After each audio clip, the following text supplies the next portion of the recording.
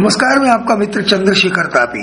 ऐसा कहा जाता है कि अंतमति सो गति।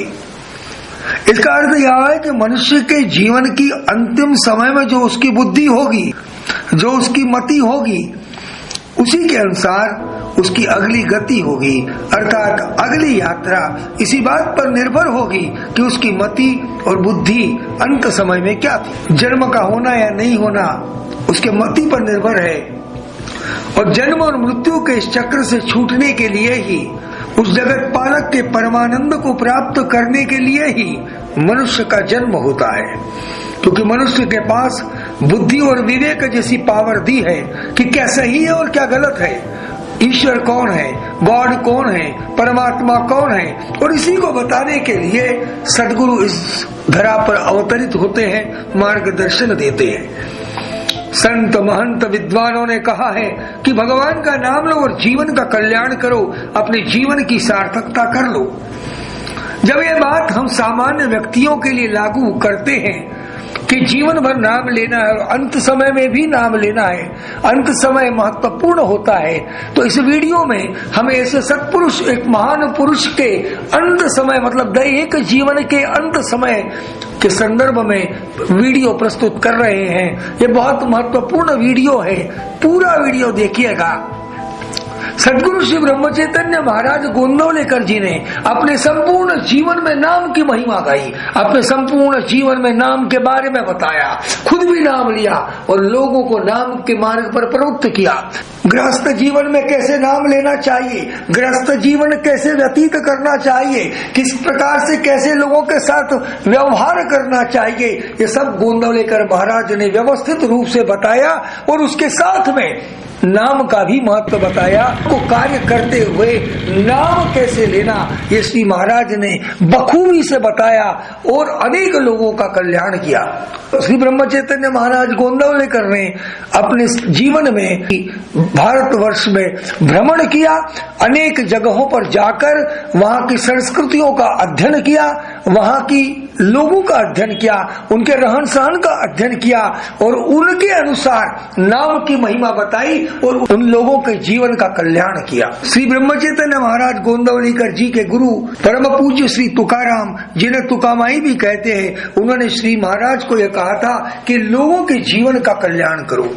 इसलिए श्री महाराज ने हमारे जैसे अनेक लोगों को भगवत नाम से जोड़ा और उनके जीवन का कल्याण किया। श्री महाराज ने अनेक लोगों के कष्टों को दूर किया, लोगों के जीवन को, उनके परिवार के जीवन को आनंदमय किया, साधना मार्ग पर प्रवृत्त किया। आज हम इस वीडियो में ऐसे महान संत श्री ब्रह्म चैतन्य महाराज गोंदवलेकर जी के दैहिक जीवन के अंतिम दिनों में तो उन्होंने लोगों को क्या संदेश दिया, क्या मार्गदर्शन दिया, जो अत्यंत महत्वपूर्ण है, उसके बारे में बता रहे हैं।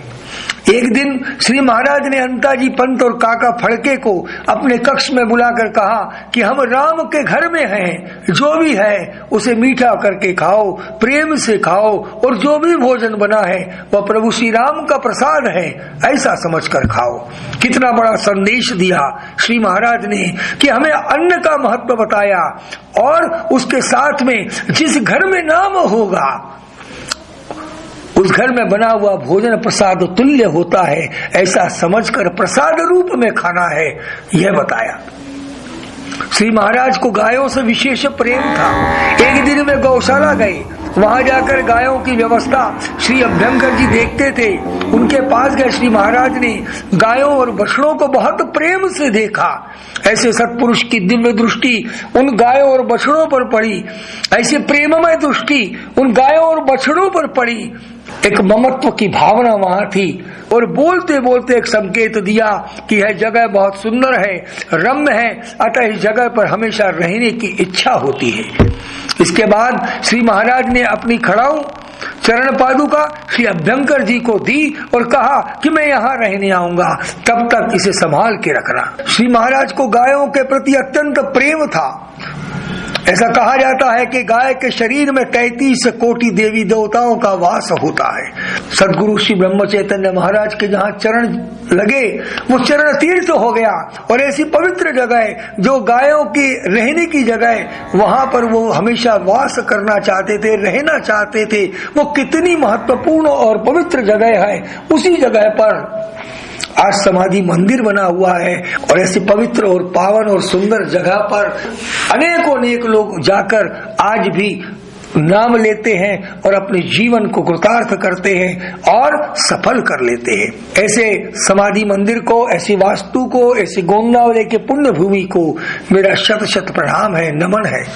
जब व्यक्ति का जीवन समाप्ति की ओर होता है तब व्यक्ति अपनी और अपने परिवार की चिंता करता है, परंतु श्री महाराज ने अपना संपूर्ण जीवन नाम में व्यतीत किया और लोगों को भी नाम लेने के लिए कहा। हमारे जीव का उद्धार कैसे हो, हमारे जीवन का कल्याण कैसे हो, इसलिए श्री महाराज ने हम सब के हित के लिए एक दिन पूर्व उस जगत पालक प्रभु राम श्री प्रार्थना की, उनको साष्टांग दंडवत लगाते हुए कहा कि मेरे लोगों को संभालना, उनका रक्षण करना। परमात्मा को कहा, प्रभु राम से कहा, और ऐसे महापुरुष ने कहा, वो तो होगा ही। हम सब का कल्याण होने के लिए कहा तो वो तो होगा ही, लेकिन उसके साथ ही एक संदेश भी दिया, भगवान का नाम मत छोड़ना, राम नाम को न छोड़े, राम नाम का अभ्यास करें, नाम का साधन इसे छोटा न समझे, भगवान का नाम मत छोड़ना। वहां पर जो अम्मा नामक महिला थी उससे कहा कि यही मेरी अंतिम राम सेवा है, और महाराज ने हम सबको जो संदेश दिया कि भगवान का नाम बहुत महत्वपूर्ण है, नाम से बढ़कर कुछ भी नहीं है। राम जी तो श्री महाराज की बात मानेंगे ही मानेंगे, लेकिन महाराज की बात हम सबको मानना है, क्योंकि उन्होंने हम सब के कल्याण के लिए जो कहा कि राम नाम को न छोड़े, राम नाम का अभ्यास करे, नाम का साधन इसे छोटा न समझे, भगवान का नाम मत छोड़ना, अपने मुख से भगवान का नाम लेते रहना। ऐसे ही उन्होंने अंतिम समय में प्रभु श्री राम को सबके कल्याण के बारे में कहा और हम सबके कल्याण के लिए कहा। ऐसे महान संत सदगुरु को प्रार्थना करते हुए आप सबके जीवन की मंगल कामना करते हैं। यही श्री महाराज के चरणों में सेवा अर्पित है, अर्पण है। मेरा वीडियो लाइक करें, शेयर करें, सब्सक्राइब करें और लोगों को शेयर करें, ताकि और साधकों को भी श्री महाराज के बारे में ज्ञान हो।